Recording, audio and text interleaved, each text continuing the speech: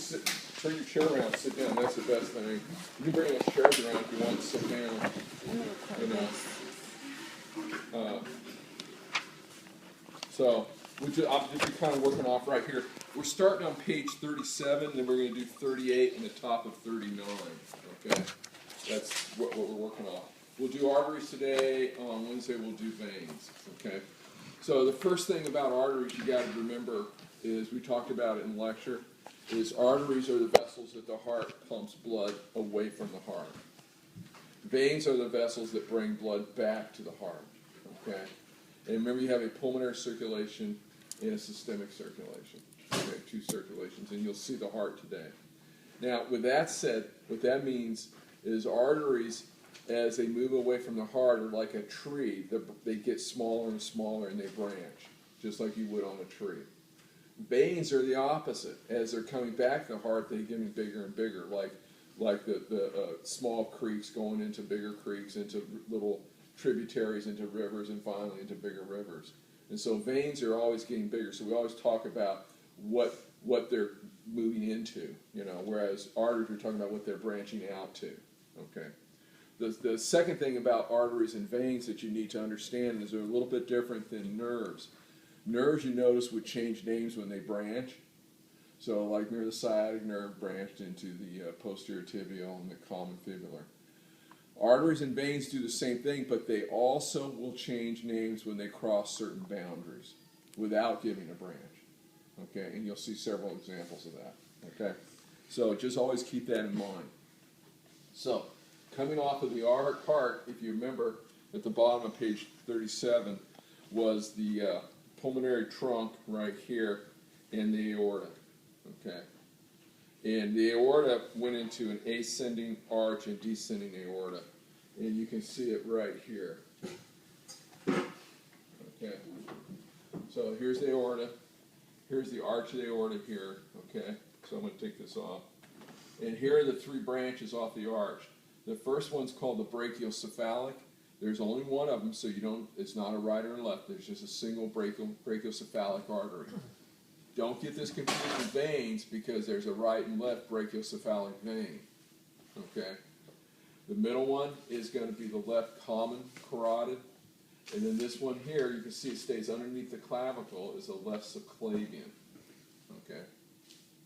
Now, that brachiocephalic, we're going to see in a minute, is going to divide into the right common carotid and right subclavian. That's why it's called brachiocephalic. Okay. Now, the aorta turns, and you have the descending part, and then it stays in the back of the chest, and that's this big red thing right here, and that's the thoracic aorta. Okay. The thoracic aorta. You guys may want to come around over in here, because it's going to be really hard for you to see here. You see the same thing here. Here's the thoracic aorta right here. Okay. Okay. Now, as soon as that artery goes through the diaphragm, it changes names. And so it pumps through the diaphragm right here, and now this is the abdominal aorta. Right here and right here. Okay. Pulmonary trunk is an artery, but it's blue, okay? And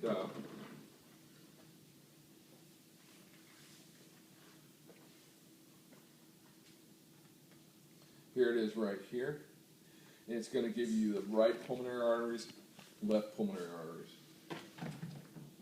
Here you can see it right here a little better. Pulmonary trunk is an artery. It's blue though, because it's in the pulmonary circulation.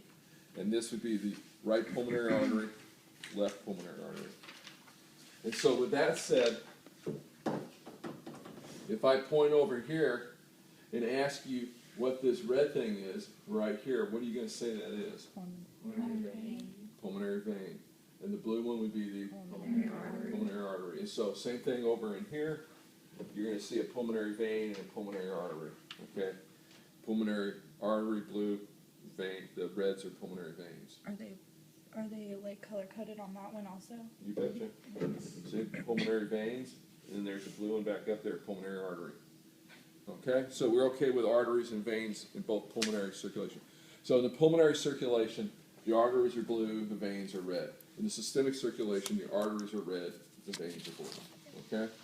So just try and remember that. So top of page 38, the brachiocephalic artery. Okay, you just have a brachiocephalic, and it's the first branch. Okay, right here. You see it right here. Okay, on this one. This would be the left common carotid. And so it's going to go up, and it's going to branch. That brachiocephalic branches into the right common carotid and the right subclavian. Here's also common carotid up here. You see a little bit of it right here on the left side, the left common carotid. Okay? So that's the one that you take a pulse of in the neck, the common carotid. Okay? Now, the common carotid, you guys, the next thing is their right and left common carotid arteries. They're going to divide, and a branch is going to go through the temporal bone to give a lot of blood to the brain. And that's going to be the internal carotid. The other branch stays on the outside and gives blood to the head, to the face, and stuff like that. And that's going to be the external carotid. Okay? The only place on these models that you see that is with this guy right here. Here's your common carotid artery coming up. And here you can see it branch right here. The branch that doesn't have any other branches on it, this one is more towards the back, would be the internal carotid artery right there. The external carotid artery is going to have a bunch of branches on it. And so that's the external carotid. Now, the other model that shows this is our skull model. Common carotid right here. Okay? And you can see it branch. This one that has this little branch on it, just ignore that. Okay? But it goes up and you can see it going through the temporal bone. Okay? This one here. And so that would be the internal carotid. This one that stays out here that gives a whole bunch of branches is the external carotid. Okay? So you got the external carotid. So, the external carotid, I'm just going to jump down it real quick. There's about 5 branches of it. I'm only going to have you learn 2 of them, okay? And that's the one that wraps around the jaw here. That's what this represents, would be the facial artery. And this one that goes right in front of the ear would be the temporal artery. Don't see them that great on this, but you see them real good here. Here's the facial artery. Here's the temporal artery. In fact, you can feel your temporal pulse, artery pulse right here in front of your ear. That's your temporal artery. You can see it here too. Facial, temporal. Over here, temporal, facial.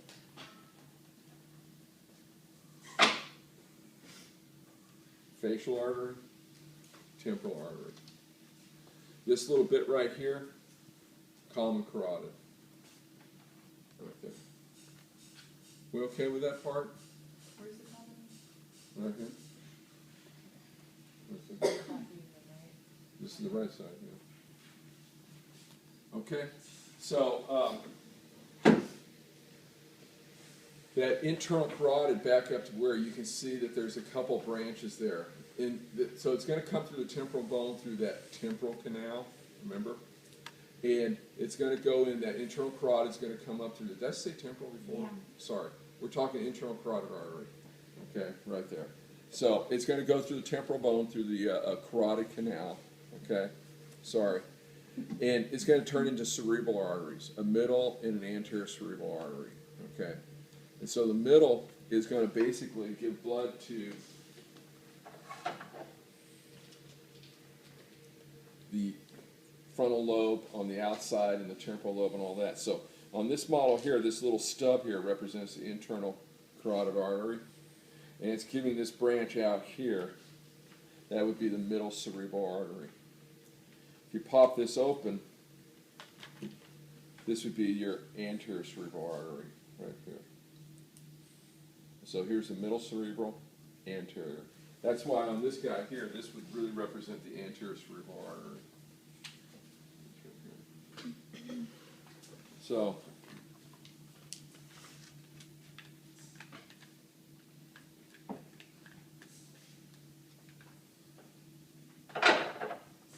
Now, on this guy, you can see him. Here, my Q-tip is showing you the internal carotid artery coming through, right here. Okay. Now my Q-tip is on the middle cerebral. So that's your middle cerebral, branching out like that. This right here is your anterior cerebral. That's your anterior cerebral. Okay. Now, the two anterior cerebrals, you can see them right here. They have a connection between them, and that's that little connection right there that connects the two anterior cerebrals, and that's the anterior communicating. Right there. Anterior communicating. Okay? We're going to come back to some of this in a second.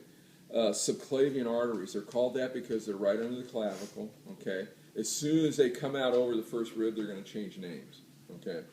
So the subclavian, there's three main branches to it. Only two of them we're going to show you because one of them we don't have on any of the models.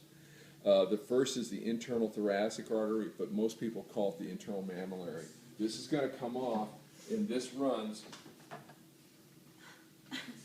right here, underneath the sternum, along the side of it and the ribs. I want you to point this out because this one is harvested. It's cut at one end a lot and used in bypasses, and they'll plug the other end of it. The end that they cut, they plug into the heart. Okay.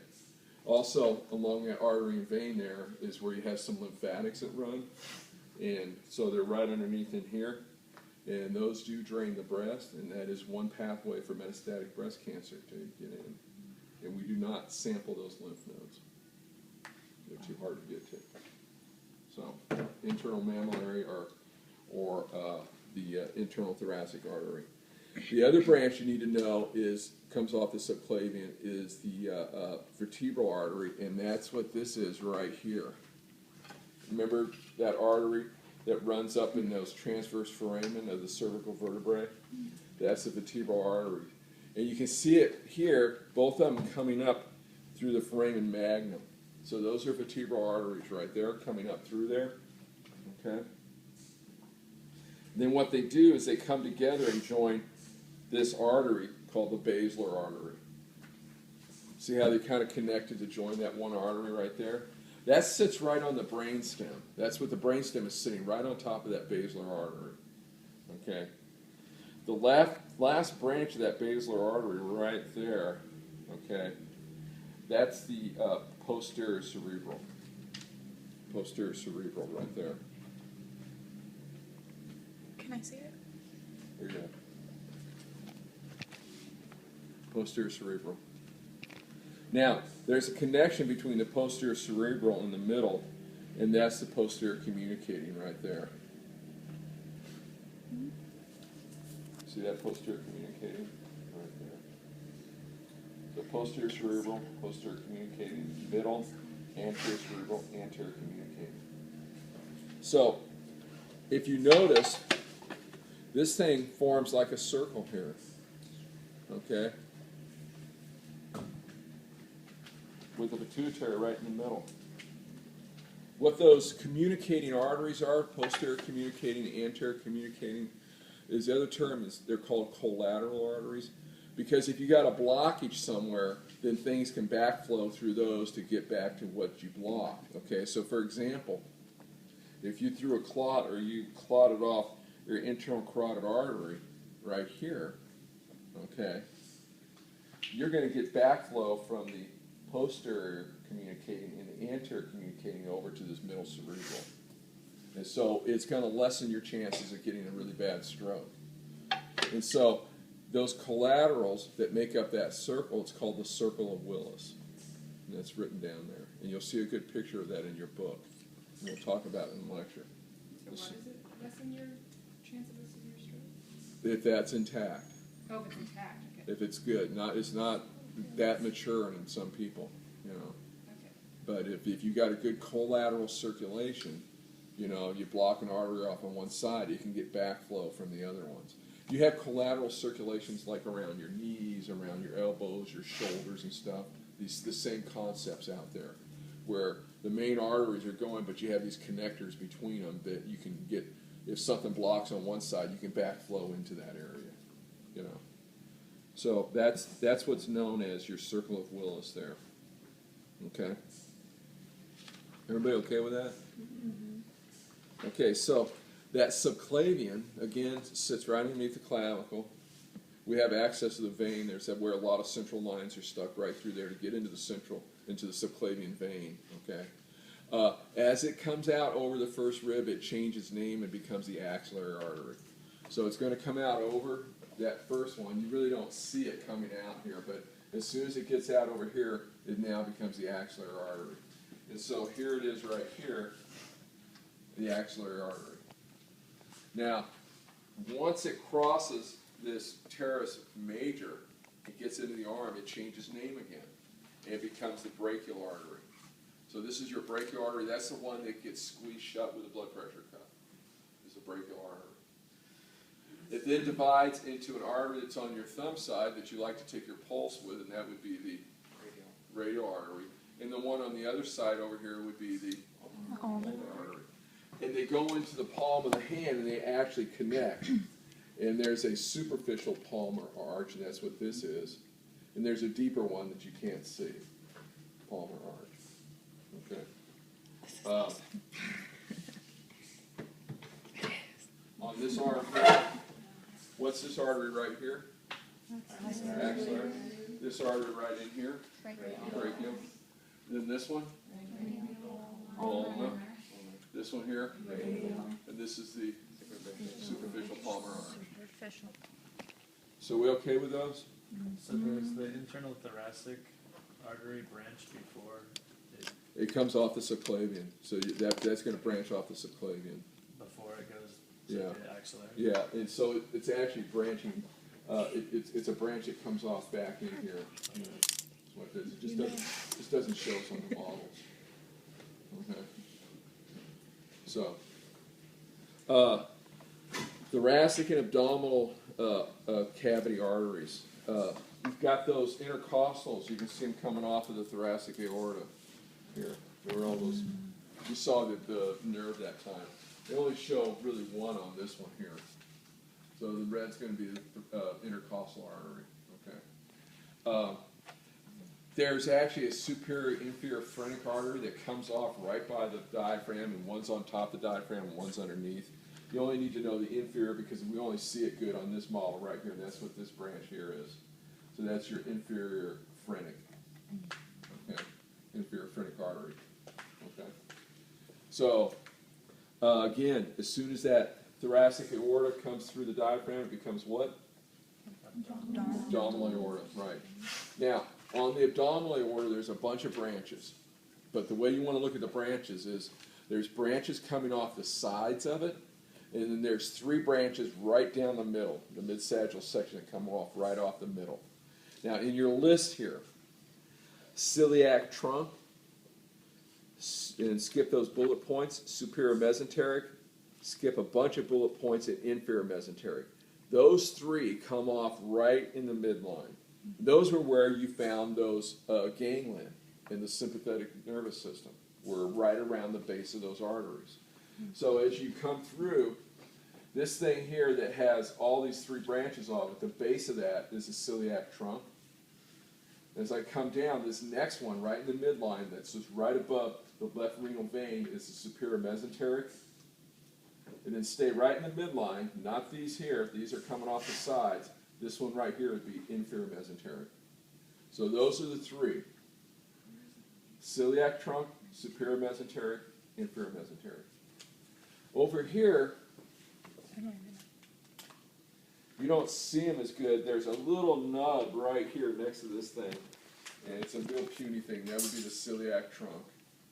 This one right here is superior mesenteric, and then this one right here in the midline, inferior mesenteric. Okay? So, with that said, the celiac trunk has three branches. Okay? The common hepatic artery, the splenic artery, and the left gastric artery. Those are the three branches. Now, this model here kind of shows them, but this is really kind of funky. It's hard to say which one's which, so I don't test with those. What I do test with is this guy here, okay? Because sitting right on top of that is the pancreas. So back here would be that abdominal aorta. This would represent the celiac trunk. This would be the superior mesentery. Celiac, superior mesentery. And if you look at the celiac, there's three branches. There's this little thing kind of hanging here. There's this one and this one. Those three. Okay? This little one, that one, and that one. Okay, with that said, one of them's a splenic artery, which goes to the spleen. One's a left gastric, which goes to the left side of the stomach. And the other one's a common hepatic, okay? Which one is this? Splenic, yeah. The little one that's just hanging there in the breeze is the left gastric. See that little one that's just hanging there? That's the left gastric. And so what does it make this one? What's that one?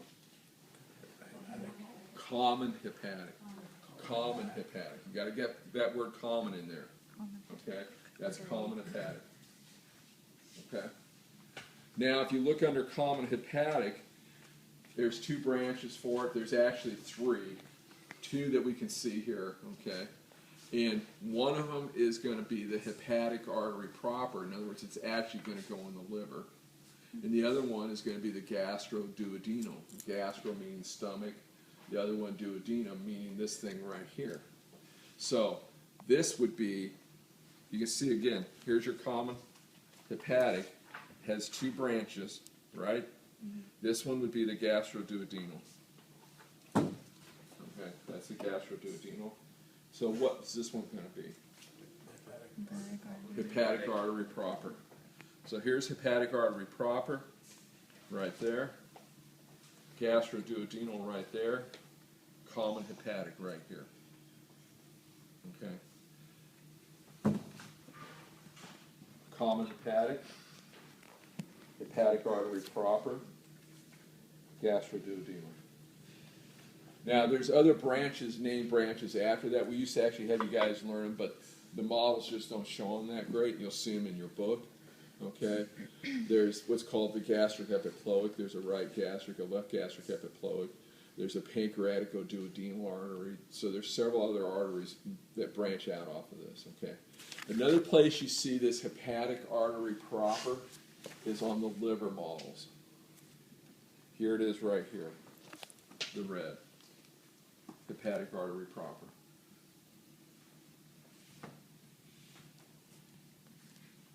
Here it is right here, the red.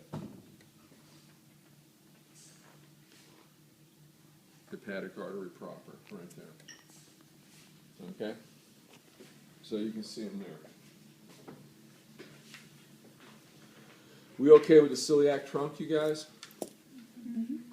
Superior mesenteric artery. Remember, that's this one that's just coming out right above the left renal vein. That's the left renal vein coming from the left kidney. Okay? And on this model, it's this right here. If you come around, this is it coming out here. So this is superior mesenteric.